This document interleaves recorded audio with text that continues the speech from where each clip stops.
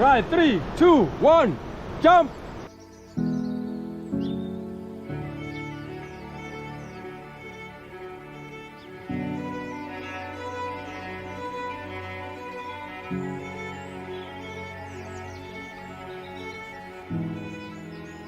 And that right there is the face of somebody who just faced his own mortality. Someone who had traveled the world for 20 years and had never taken any of it in. This is the face of a man who, after 32 days trekking across southern Africa, realized for the first time in many years who he really is. He's just a man on a journey, and that every place he visits becomes a part of him. And so much of who he is where he's been.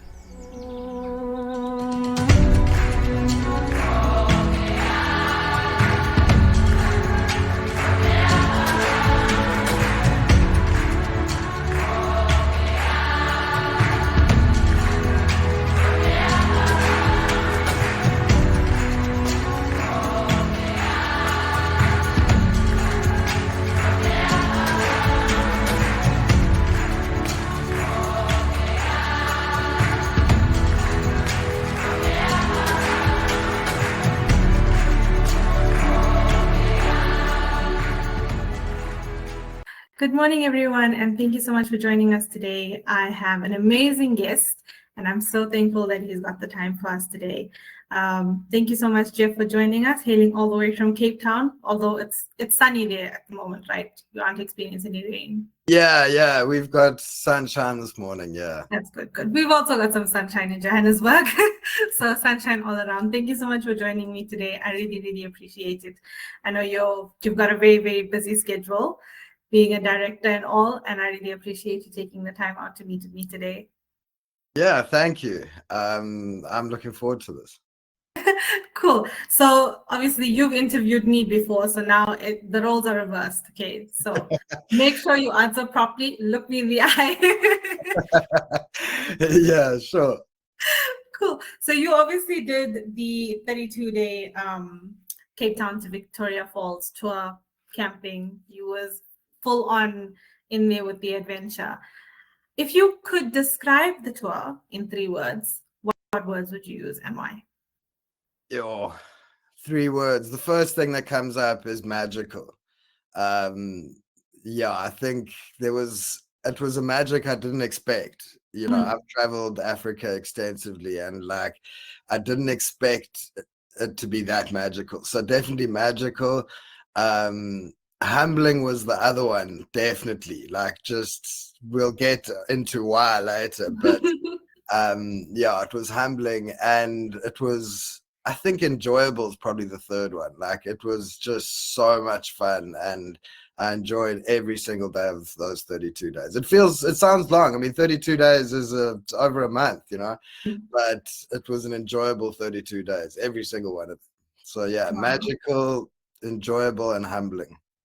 I mean, those are really good 3 words to use, but I'm sure there's some parts of you that were like, this is very tiring. Did you ever get to that point in tour where you're like, oh, I can't do this? Yeah, definitely. But the thing about being in a group is everybody's tired for the same reasons, so you kind of experience the fatigue as a group, which makes it a lot easier.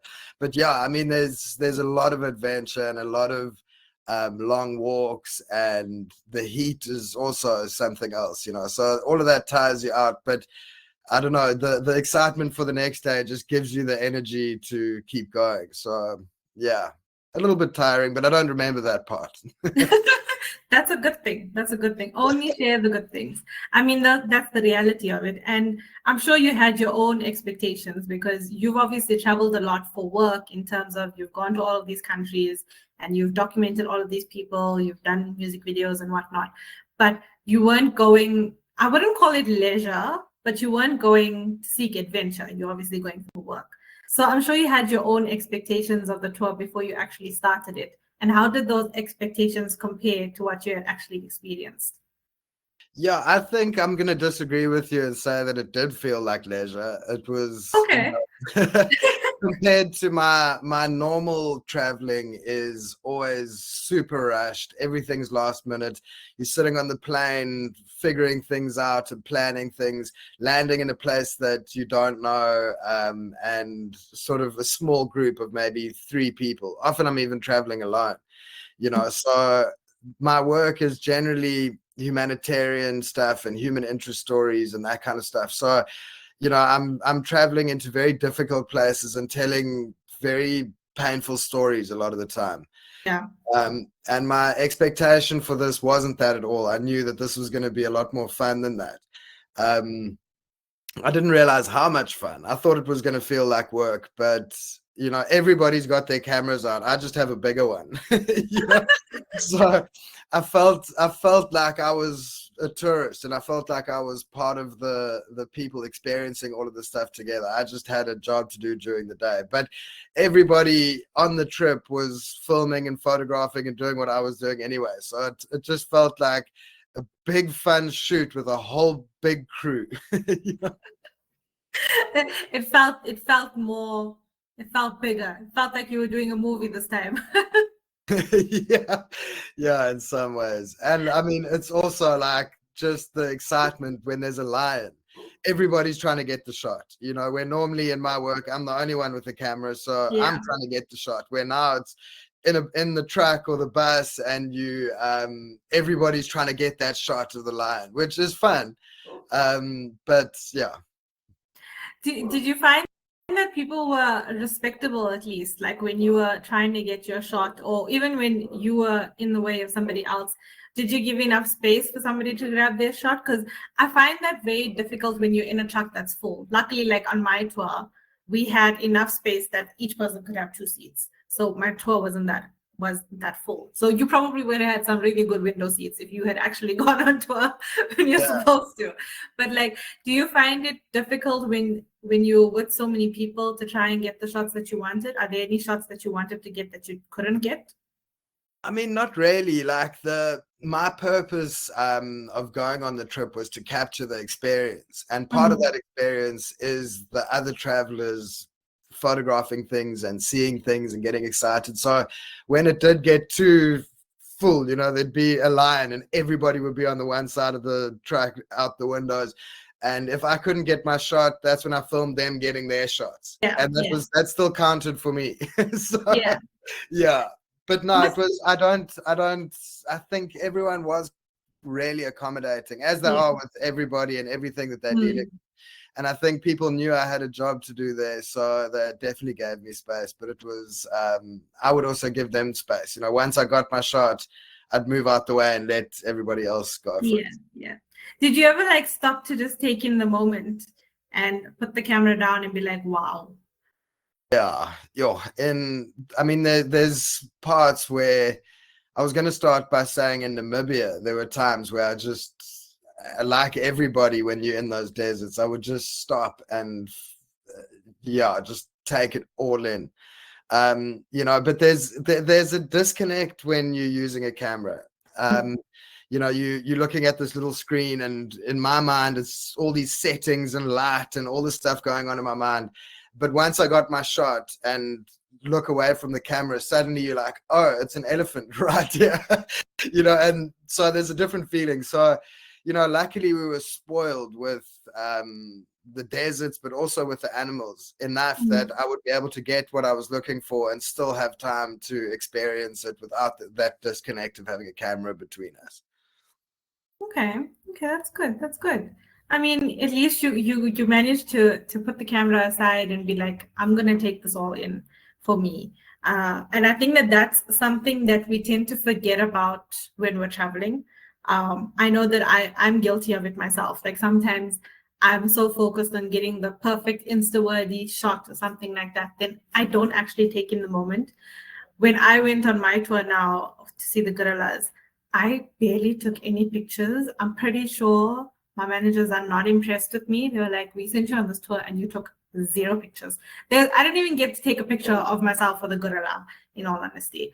But there was this moment during my trek where I was like, I was this tiny little person in the middle of the forest, and there's this massive silverback in front of me, and I was like, I was stunned. I was too stunned to move. I was too stunned to pick up my phone, to take out my camera, or grab the GoPro and get like a nice wide shot. I was fully in the moment, and I think that that's something that we all need to actually focus on. It's sort of like a mind shift that you need to do when you're traveling. But I see people at like big concerts, they're watching their favorite musician that's The phone is up in the air. yeah, they're holding their phone up and they're looking at the phone, and I'm like, you're missing everything here. Which means that I also, when I'm doing things in my own time, my phone is never out because I feel that disconnect immediately. So yeah, it does put a barrier between you and things. So the fact that you didn't get photographs of you and the gorillas means that you enjoyed it. Yeah, I've got the mental picture, guys. I've got the mental picture. As a director, how did you balance the experience of being a participant in the tour with also the desire to capture what, as you said, you had a job to do? So how did you balance the two? I think it was easy. Most of the time when I'm traveling, I've got to be filming all the time. And often from a behind the scenes point of view, I'm never actually part of the thing that I'm filming. Where with this, I felt like I was a part of the thing. I'm also a tourist on the track with everybody. And it was, I don't often feel that in my work. I'm often the outsider. I look different to everybody, and I'm in a new place, and yeah, like I'm kind of behind the scenes with everything. Where with this trip, it felt like I was a part of it, and everybody on the trip just accepted me as another traveler, but I had a job to do. Yeah. But yeah, like it was the nicest shoot I've ever done. Because I got to experience so much stuff. And a day is long, and the amount of activities that you do in a day there's so much stuff. So just capturing, you get to a place, I'll spend 15-20 minutes filming, but then we're still there for another hour and a half, and then I would get to experience those things as well. So yeah, it felt like I was a part of it and filming from the inside rather than being an outsider looking in. I like that. It almost seems like, has it changed your perspective now in the way you film? Like, has this journey changed your approach to filmmaking and storytelling in general? I don't know. That's a good question, but I actually don't know if it's changed. I think it's changed what I want to be filming. I spend a lot of time filming very painful stuff and things that when you get back from the trip, it takes you a couple weeks just to reorientate yourself and that kind of thing. So I want to be able to do more fun stuff now, and since then I've done some really interesting projects that I think even just my work that I did for the 32-day trip, other clients have seen that and been like, let's try do something like this, or so I think it's changed what I want to be working on quite a bit. But I don't think it changed how I work. Good. That's good. I mean, you still got the same sort of vibe going on, keeping your work the same. And obviously this is what you love. How long have you been a director? Well, directing, I've been making videos since I was 14, and that's like in the 90s, when we used to use VHS tapes and VCRs to edit and all of that. But I think professionally I've been doing it for 18 years. And a shoot is, I do documentary. So documentary is capturing an environment, capturing how people interact with that environment, capturing their experiences and how they experience that environment, which is very much what I had to do on this trip. It's just that the environment changed every hour, so you get to experience and film all of that. Like suddenly we are on a dune in the desert, next thing we're in a canyon, then we're swimming somewhere, so the beach. Yeah, so the variety in a single day was a lot more than I'm used to on a normal shoot. Wow. I mean, I definitely agree with you about the vastness and the different scenery that you are gonna experience on this type of tour, because there was some moments where I'd fallen asleep in the truck and we were like probably in like a town or something. And then when I opened my eyes, I'm like in this lush green area and I'm like, did we change locations completely? And it's super, super crazy how that happens. And you don't actually notice the time go by unless you're actually not enjoying yourself in the truck and spending time in the truck and, conversating with people and stuff like that. You're not actually going to notice it sometimes. Like there were lots of times where I didn't notice that we moved from one region to another. Even and then they would tell you, obviously, because the driver and the guide will be like, okay, guys, we're making a stop in this port or something like that. And you're like, when did we leave Kampala? But that also speaks to how comfortable those seats are. Like there's I mean, being able to sleep in a truck going over gravel roads and all of that. Yeah, it's super comfortable at least. Part of me thinks I might have narcolepsy because I think I just can sleep anywhere.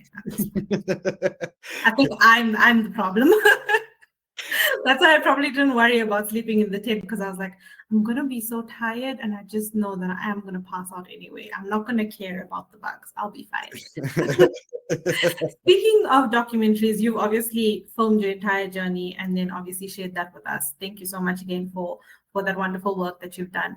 And I must say your dialogue in the actual documentary is fantastic. You speak so well, and the way that you describe everything is amazing. And there's a couple of lines and things that you've said that I'd like us to go through. So one of the things that really stand out for me is you said, they say if you travel far enough, you meet yourself. Take me through that and what that actually means.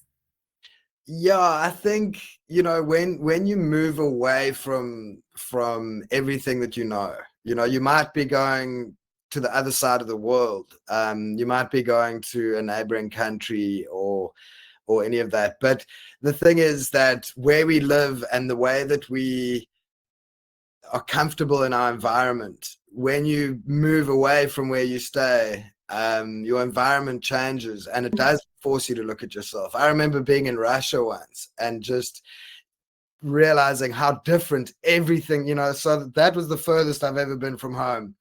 And it does make you look at yourself, because just normal things that we take for granted, that we think this is just how it is, when you travel, those things can be completely different.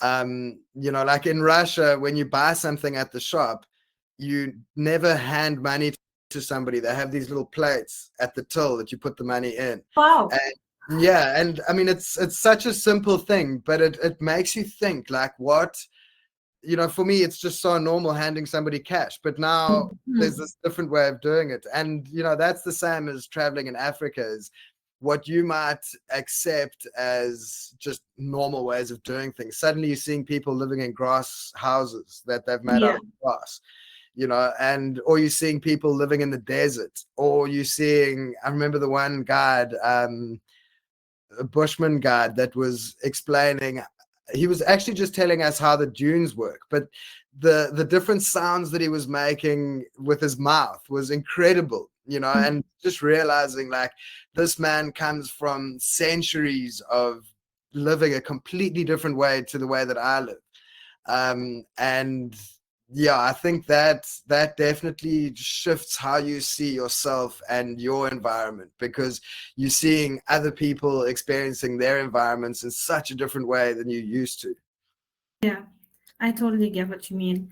I know, like, there were so many different things that just made me feel obviously humbled. We've obviously spoken about feeling humbled by these journeys. And I would see so many happy children running around everywhere we went with so little. And I was like, how are you this happy with so little? Whereas I have a home, I have running water, I have electricity, etc. Okay, fine, load shedding, it happens. But we have all of these things that we should be grateful for. And here are these other people who are living in these vast areas, these vast regions with very little. And it really, really takes you back to a point of being so humbled, and really shows you takes you out of your comfort zone a little bit.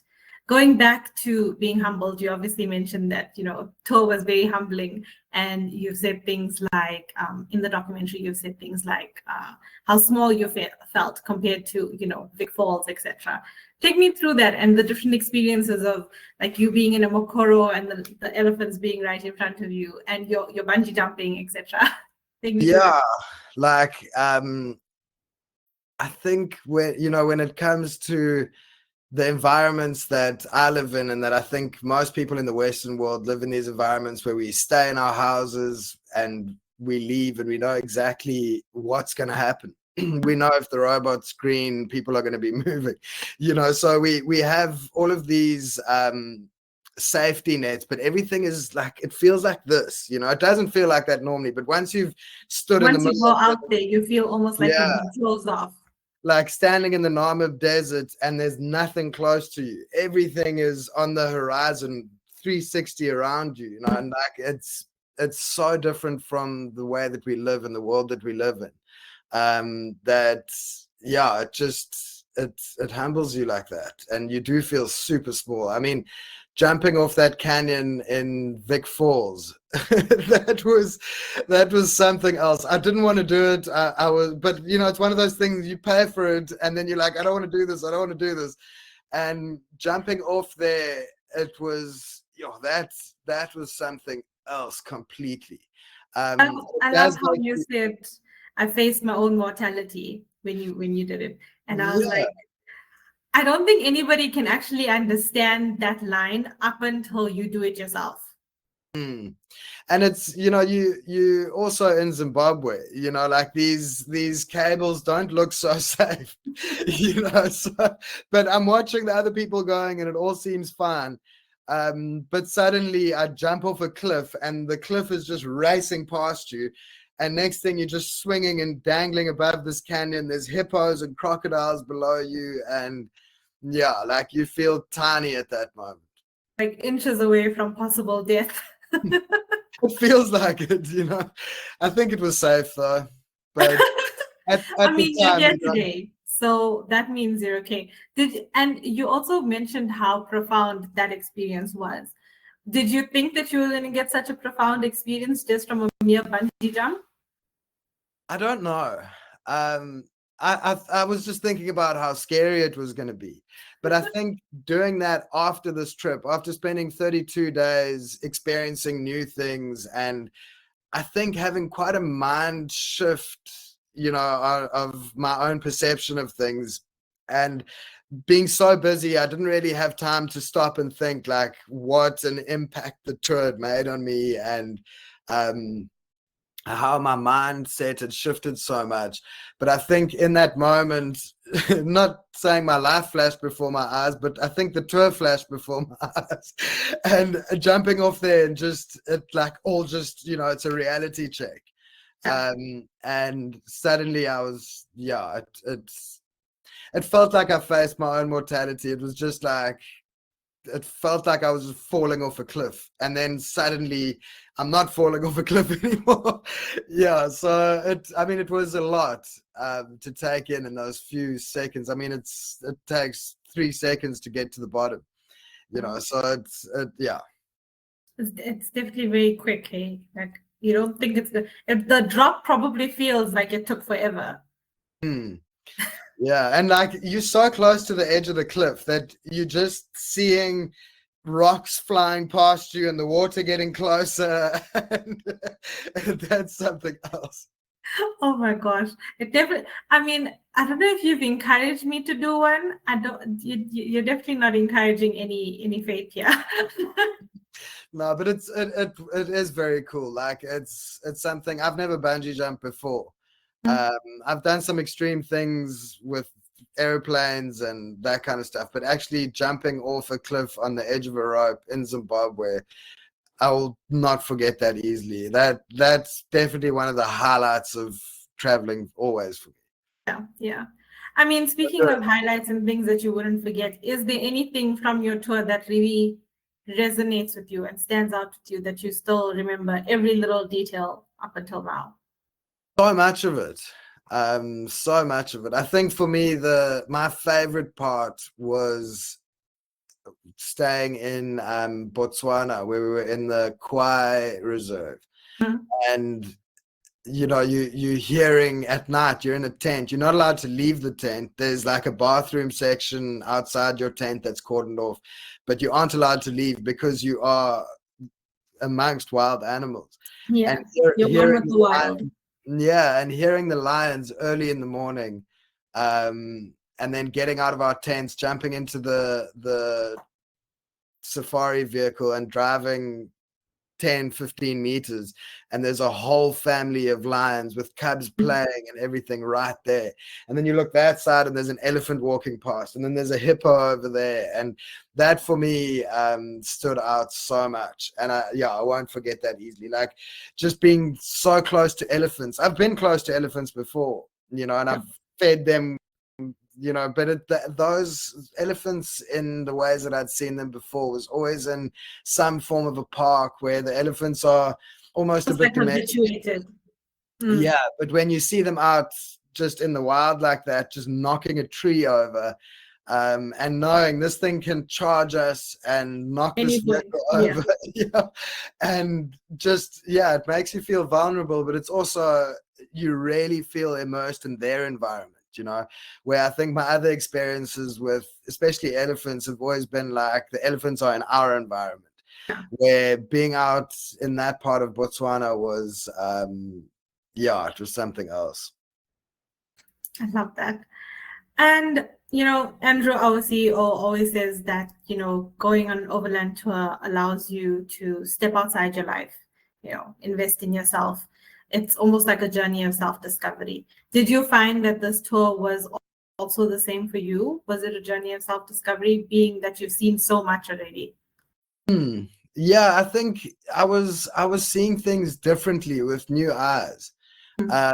And that always makes you look at yourself, and I think also you're not experiencing it on your own.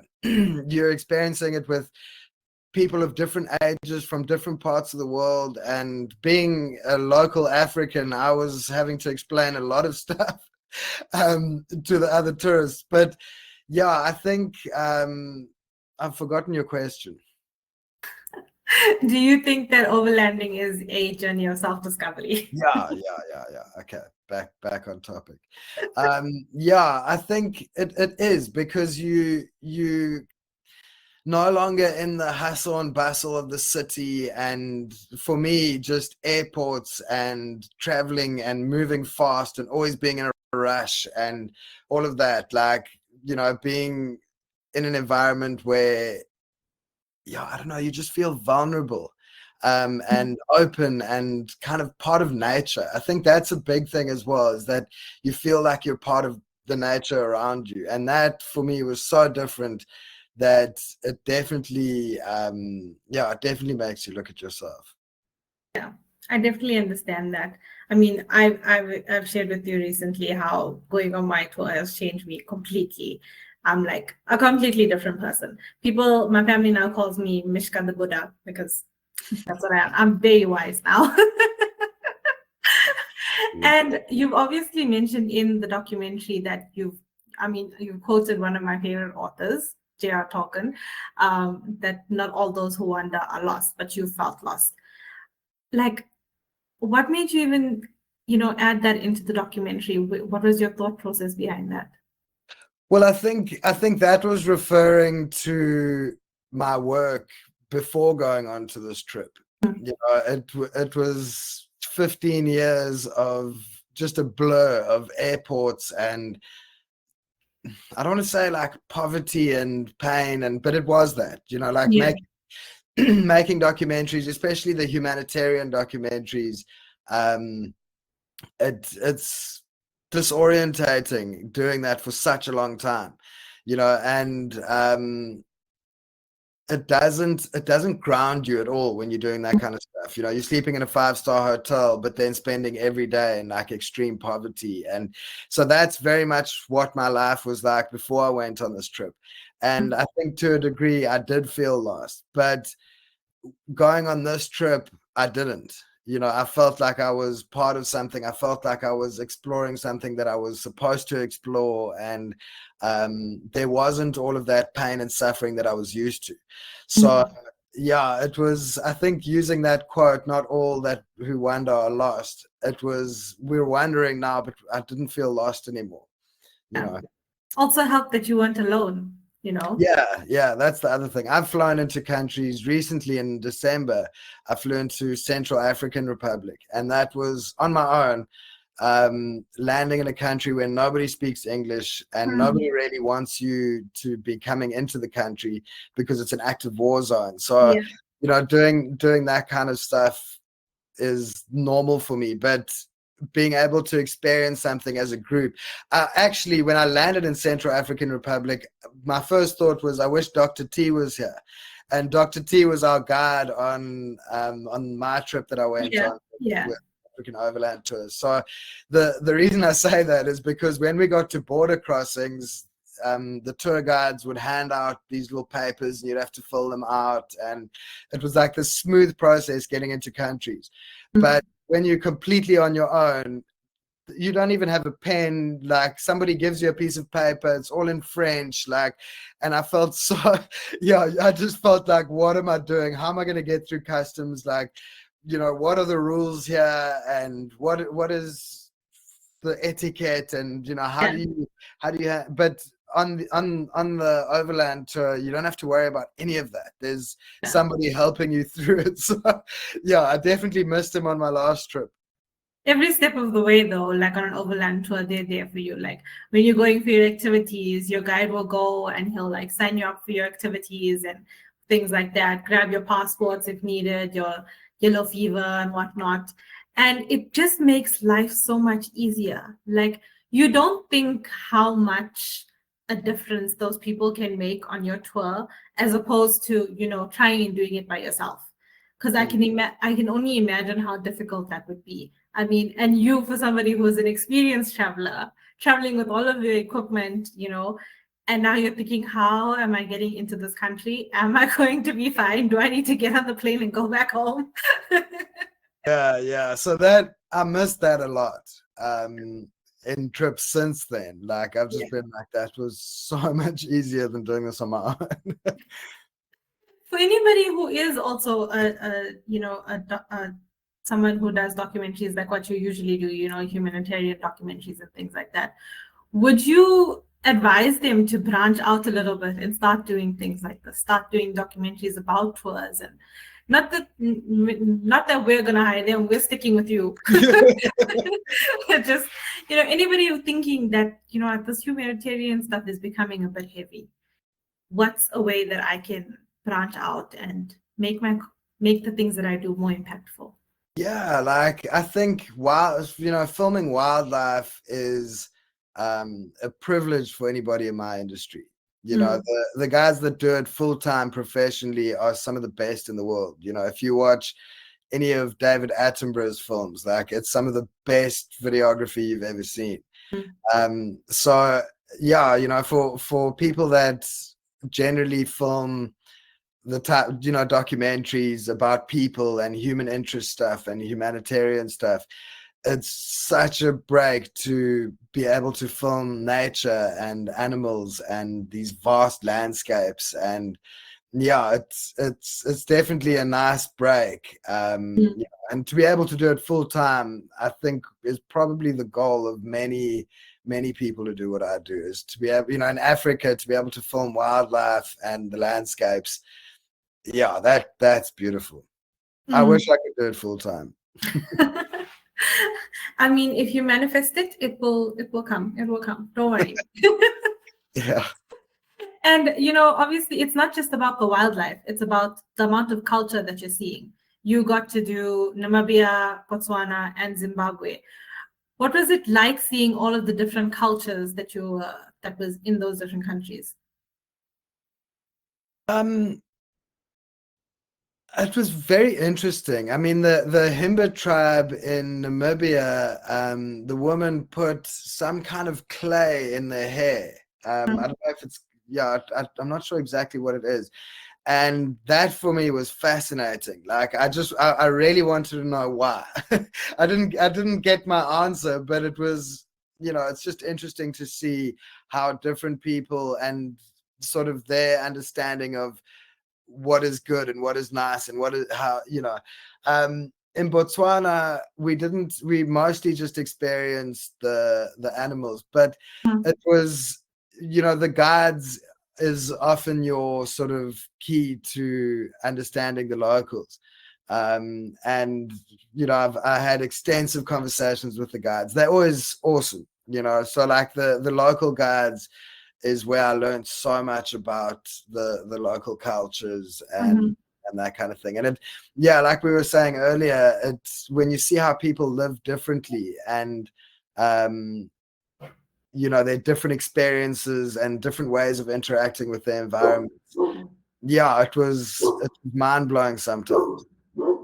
Yeah, I can imagine. And just going back on the guides, and the impact on your tour, it really makes or breaks your tour. Hey, like the way that they do things, the interactions that you have with them. I mean, I stayed up because obviously I took over your tour and I was traveling over Christmas and New Year. Thank you, Geoff. I stayed up with my guide up until like 3-4 o'clock in the morning, talking on New Year's Eve, into New Year's Day, and they have so much of knowledge and so much wealth of knowledge that they just want to share and they want people to experience. And it sits with you forever. Like, I will never forget the talks that I've had with my guide, and I'm sure you'll never forget the talks that you've had. Definitely. I love that. And it really is such a wonderful, it's almost like a bond that you get to create with them, and you bond with each person on your tour. That's one of the best things that I found about tours, because I'm really bad at making friends. And I made friends with almost everybody on my tour. I mean, everybody. Yeah, not almost everybody on my tour. And we still chat now. Is there still people that you chat with from your tour? Yeah, definitely. I actually have a friend now who lives in Switzerland.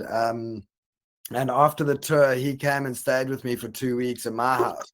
Wow. Because he wanted to experience my life and what I do. And he was just like, I'm going to just tag along with what you do in your daily life.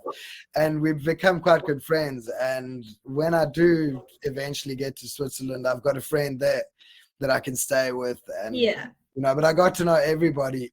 Also, I was interviewing them and filming them. So, there's a rapport that you build with people as well. But yeah, we had a group of 9. They were probably in their 50s from Iceland. And when am I ever going to spend 2 weeks with people from Iceland, And exactly. it was mind-blowing. And also so funny, whenever we got to any kind of off-road vehicle, all the Iceland guys would go and look at the tires. And I was just like, why are they doing that? And after chatting to them, realizing that where they come from, the tires on your vehicle is the most important part of your life, So the way that they've got to move through snow and mountains and everything. But yeah, it was like we had people from all over the place, South America, India, lots of European countries, and that crew from Iceland. And that was one of the coolest parts of the trip, was the people and making new friends. And we've got a WhatsApp group. I don't know how active it is now, because that was 2 years ago that I did that trip. But for a long time afterwards, everyone was sharing photos. And also, look, I'm at home. This is what my view from home looks like. And I always won because I live in Cape Town. That is true. When I was prepping for the webinar and I was writing my intro, I was like, I am quite jealous of Geoff's view because he's in Cape Town. Put it behind you. This is our background. That's what the view looks like here, for reals. That's where I live. Exactly. You're very, very lucky. I mean, when we did our year-end function last year, where you joined us to do those group interviews, so when I had been to Cape Town first, a couple of years back, I was really young. I was like probably about 6-7 years old with my parents. I didn't get to experience it like for myself. I experienced what they experienced. So when I went back for the year end, I was like, I want to live here. I came back and I told my partner, I'm like, you need to find a way to move your job to Cape Town because that's where we need to go. Yeah, and I think for people who haven't experienced Africa, it's a really nice start, you know, because that's where that trip starts in Cape Town. So, you know, I think some of the guys that I went on my tour with came like a week early and spent time in Cape Town, experiencing Cape Town before going on the trip. So I think for people who aren't from here, that's a cool way to start. That is a good way to start, though. We always recommend it to clients, you know, take a couple of days if you're starting in Cape Town, especially, to just take in the city. Because again, there's so much to do. It's not like something that you can do in one day. You need a couple of days to take it in. The food, the wine, the beaches, the penguins, the seals, all of it. Like you need some time to take it in. And I think that that's what makes overlanding so special, is that you've got some time to take in the places that you visit. You know, like you spend a couple of days in Botswana, you spend a couple of days in Namibia, you spend a couple of days in Zimbabwe. You're seeing so much of it in a very short space of time, very often.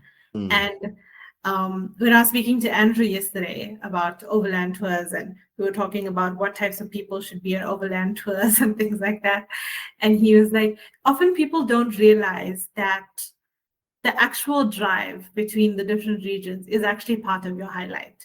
Like getting from one border to the next, that's actually part of your highlight. It's something that you will often take for granted. And yeah, any thoughts on that? Yeah, I mean, there's the driving part is amazing, you know, and luckily in these trucks you've got massive windows and you're higher up. So, you know, the difference of that compared to a car already, you know, you've got a much better view of the driving part, and you are driving through these changing landscapes. And I remember going into Namibia just before the Namibian border, suddenly it feels like you're on the moon. You know, you've been driving in desert and now there's these massive black rock mountains all around you, and then you go through the border, you go over a river, and suddenly you're in the desert again. You know, so you missed a lot sleeping on your tour. I think I only slept for like the first 2 days, and then I made lots of friends. And there was this one guy on my tour who I actually interviewed in our last webinar, William. And there was one day on our tour where it was a long day of traveling. And he, you know, when the seats are not full, you have to switch around in the truck so that you get a vibe from each side of the truck. So he decided to sit in the front and I was sitting in the back. But he was sitting alone, and all of the people in the front were all taking a nap. We stopped at a garage, and he woke up and he's like, I'm coming to sit next to you. Everybody in the front is sleeping. Nobody's talking to me. I've got nothing to do. And that's how our bond started. And it's bonds that I will hold on to forever. I mean, my group and I are still chatting. My boyfriend is actually going to Spain and Slovenia in a couple of weeks. And there's 2 ladies from my tour who are in Slovenia. And they were like, Mishka, when is your mooch coming to visit? We're going to take you for a drink. And I'm like, he's coming. Here's his number. Yeah, that's cool. Those connections do definitely happen on these trips. They stick with you. And that's one of my, I think it's now one of my favorite things about traveling in a group. One of the guys on our tour said, I mean, you may have gotten onto the plane by yourself and you may have got through customs by yourself, but as soon as you got into this truck, you were never alone. You're never going to be alone. And that's the best thing about it. For anybody who feels like it's too scary to do or it's too scary to experience, do you have any advice for that? Somebody who's too scared to do something like this? Yeah, I think I would be too scared to do that trip on my own. You know, like to hire a car and just to try and do those same things on my own, or, you know, with a couple friends in a car, it would be so much more stressful. You know, so doing it as a group, yeah, that it definitely makes you feel a lot safer. You know, there was one moment where we were tracking a cheetah because we hadn't seen a cheetah yet, and there was a cheetah sitting under, I'm lying, it was a leopard. We were tracking a leopard, and there was a leopard lying under this tree. So, the safari 4x4s got close to it. And we were right there, and we were taking photos and everything. And when we reversed out, the back wheel popped. And suddenly we've got a flat tire and a leopard in the same space. And I think if I was on my own, that would have been extremely scary, having to change a tire with a leopard right there. But because we were in a big group and we were with experienced guides that knew how to handle the situation, they fixed that tire super quick. They had all the right equipment. I mean, you're in soft sand. So it's not a case of just pulling out your little jack and jacking the car up. It was, they had all the right tools and they had all of that. So, yeah, definitely being in a group and doing it with experienced guides like that just makes it so much easier. I don't think I'd do that trip on my own. Yeah. And the thing is, with these tours, I feel like they think of everything that could go possibly wrong and they are prepared for it. Because obviously, these trucks, they go through a lot. They're covering massive destinations. They're carrying a bunch of travelers with their luggage. Plus, they're carrying all of the food, all of the equipment to cook. It's a fully purpose-led truck, right? And some of the days on the road can be long. And this is Africa. It is hot out here. So when we were in Uganda, we were going up a really steep hill. It was on our way to Lake Banyoni. And we were going up a really steep hill, and the truck was just like, I'm not doing this. The truck said no. So we were stopped on the side of the road. Here's Dingy and Rishi, that was my guide and driver. They pick up the front of the truck. That was so cool to see also. And they're busy fixing the truck. And here we are just sitting on the side of the road eating mangoes while they're busy fixing the truck. But it was nice to see that the other guys on the truck, I mean, other passengers on the truck, they also joined in. There was one guy who knows nothing about trucks or cars, and he was just standing there holding a spanner. So, it's a participation tour. We participate. Yeah.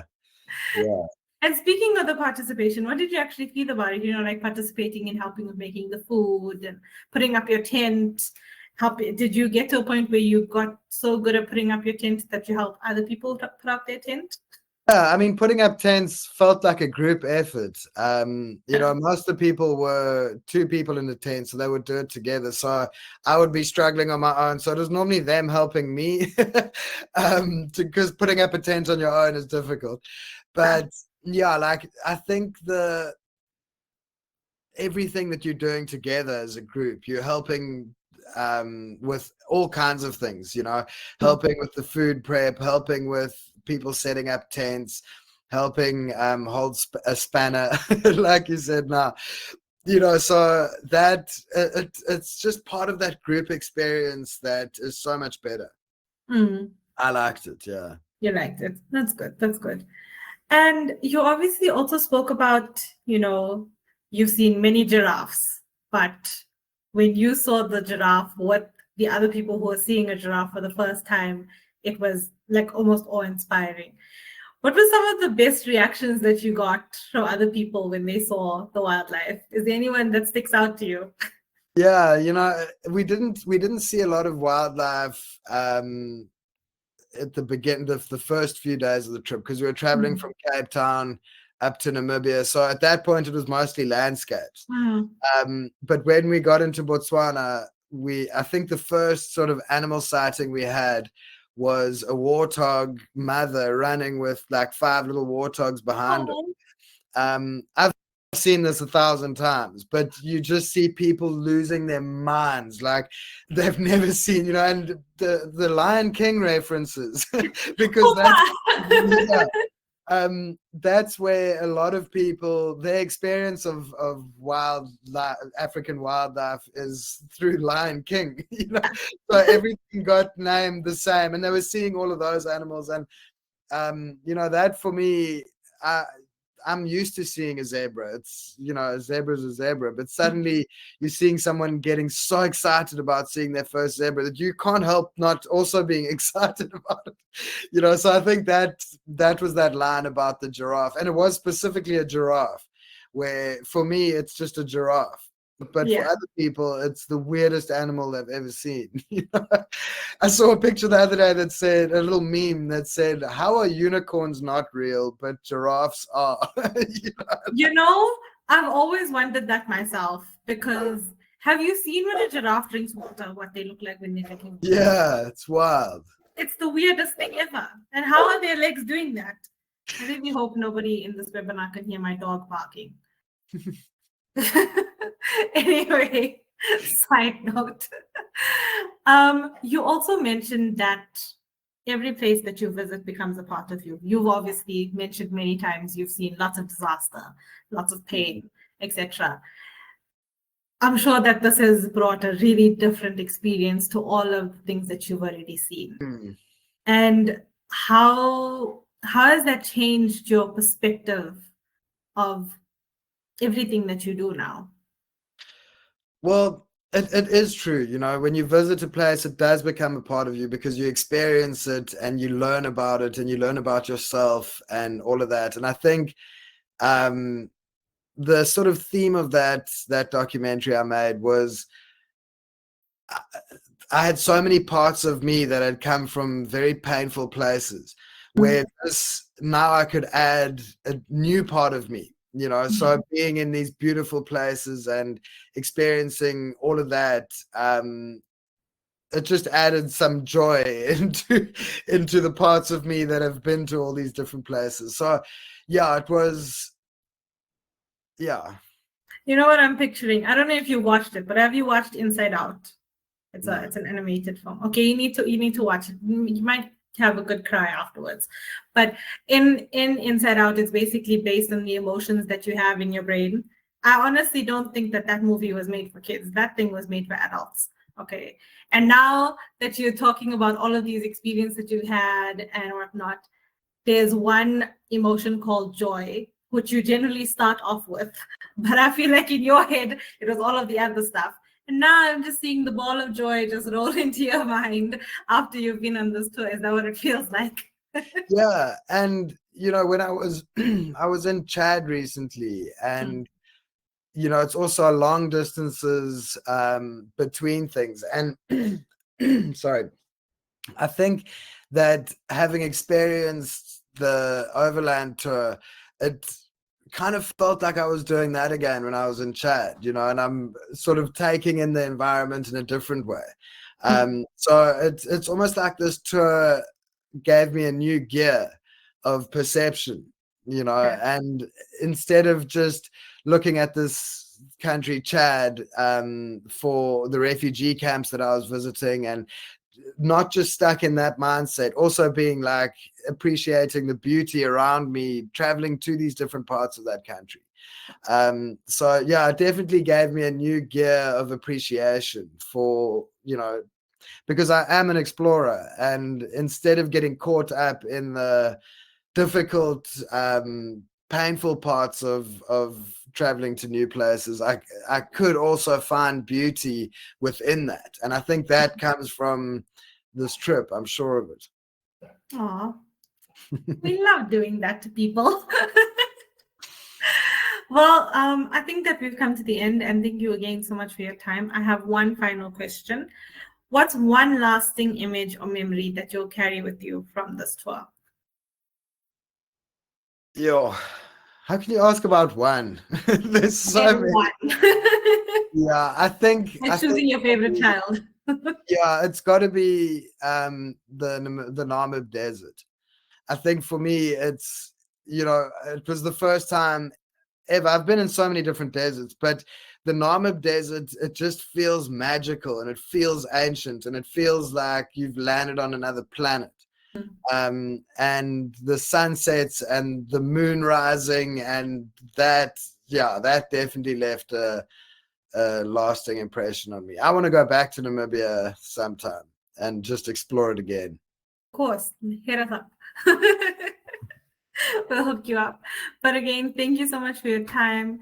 Thank you for everybody who's joined our webinar today. I really appreciate you taking the time to join us. Geoff, again, I love chatting to you. We should do this again. And I look forward to working with you in the future. And, inspiring more people. Thank you again for joining us today, and I really appreciate your time. Yeah, awesome. This was fun. Thanks so much. Cool. Thanks, everyone. Bye.